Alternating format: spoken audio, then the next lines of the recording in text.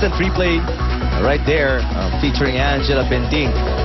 Single block, of course, definitely not enough against the talent, the player of Angela Benting's caliber. That was Shakey's fast serve. Shakey's It's Fun Family Pizza. Zapanta off the blockers. Tip over on the second ball by Dimaculangan. Zapanta tries again down the line. Picked up by Dusaran, the libero of UST. Easy over. Tigresses. Kinlog blocked. Adamson settling for a tip because the block's been there for UST. Zapanta. Cut shot.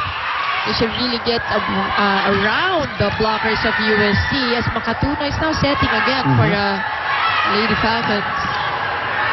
Easy over. Let's see if they capitalize on this free ball. Makatuno on the second ball gets the point. Makatuno has been trying that move every now and then. And this time she is successful. Medyo mataas pa. But she was lucky that time. Now yun nga, medyo mabagal talaga ang floor defense ng UST. Last minute. Maizo taking that one. She was having second thoughts about that ball. Let's check in with Patch Cansana. It was a better UST in that second set, and the girls were able to adjust with the pace that Coach Shaq wants. And he gave everyone a pat on the shoulder, telling them what a good set they had. Dito makikita, Eric, yung sinasabi ni Coach Shaq na hindi lang sa height sila lamang, kundi pati na rin sa experience. And the maturity of the girls are very evident with the way they play and the decisions they make. For this last set that UST is hoping for, make no hesitations and always be alert. Expect that you will be given a ball, and don't forget that there is always an option for a drop ball. Coach asking to inject more variation in this set, and they ended the huddle with the biggest smile as if they already know how this game would end. Eric and Mosey? Thanks, Patch. Well, indeed, no. Experience-wise, UST has a ton of it compared to Adamson, especially in tight situations like Final Four and even the finals. Yun eh, it's more of the winning tradition, di ba? That ayaw mo magpatalo, the pride is at stake. And they're the defending champions, so may pinagbuhugutan. But so far right now, Adamson with a 3-point, make that 4-point lead off that Panatikla error. 11-7. Set number 3. USC cannot play relaxed in this third set. Alam naman natin, Lady Falcons, iniintay lang yan eh. Mag-crack itong USC and really, I'm sure, take advantage of that. But Caballejo taking that point off the block. On the other side, Caballejo, it's been quite not that noisy in this game. Definitely not playing like she was when they took on LaSalle last Sunday. Kinlog.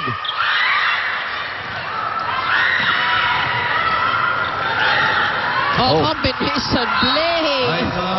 Almost spoiled by the tape of the net, but again, Aiza Maizo. Another point for her.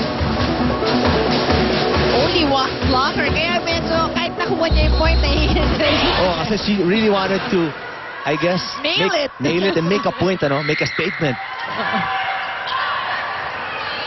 It was Zapanta. That was a difficult angle for her with the way the ball was coming to her, From left to right yung takbo ng bola eh. Ang hirap i-time.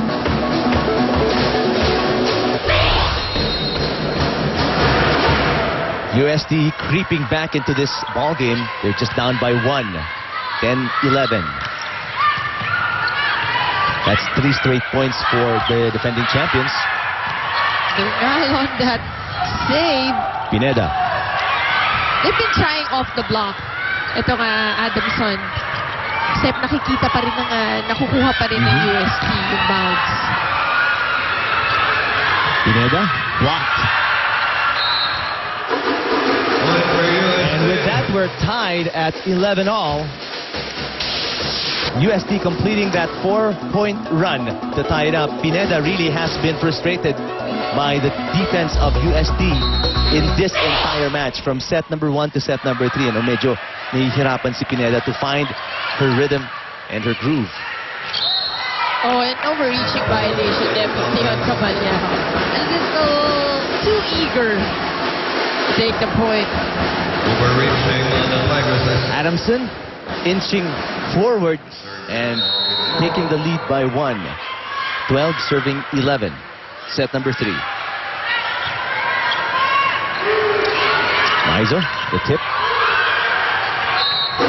Maizo just way up in the air. Pagkakita mo kasi siya, same approach. She will go for yung same action. Akala mo papaluin, last minute, tips the ball. That ties it all up again at 12 all this time. Soriano. Over the triple block of UST. Banaticla, the tip. Maru Banaticla. Poor first ball.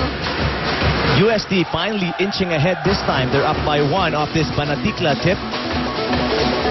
There were a lot of players there, no? Yes. The coverage was there, but the angle at which the ball went to after hitting Makatuna's arm was too far for everyone else. And plus, ang hirap talaga to receive with one arm. Unstable yung bola. Walang control. Hindi mo siya matataas as the height you want. Speaking of height, take a look at this from the back row. Angela Benting still effective. Right, no blockers for UST, so si Angela Benting for sure, almost sure point for her. Single block, Benting on Banaticla, and that's another point. Adamson, they're back in the lead by 1, 14-13. And Angela Benting is taking charge, really wanting this game so much, as you see here with that single block. Di makulangan. Tumaizo, the tip. Makatuno right there. Really Soriano, good. middle hit. Wow. 2-point lead. Adamson, 15-13. Look at this. Soriano making it pass through the lane, but Isla. And konti lang, ano? Konting opening lang for Yes. Soriano, and that's enough. Pareho sila ni Angela Benting. Angela Benting. You give them space, That's they'll it. take it. And the combination of Soriano Benting putting Adamson up by 3, 16-13 in set number 3.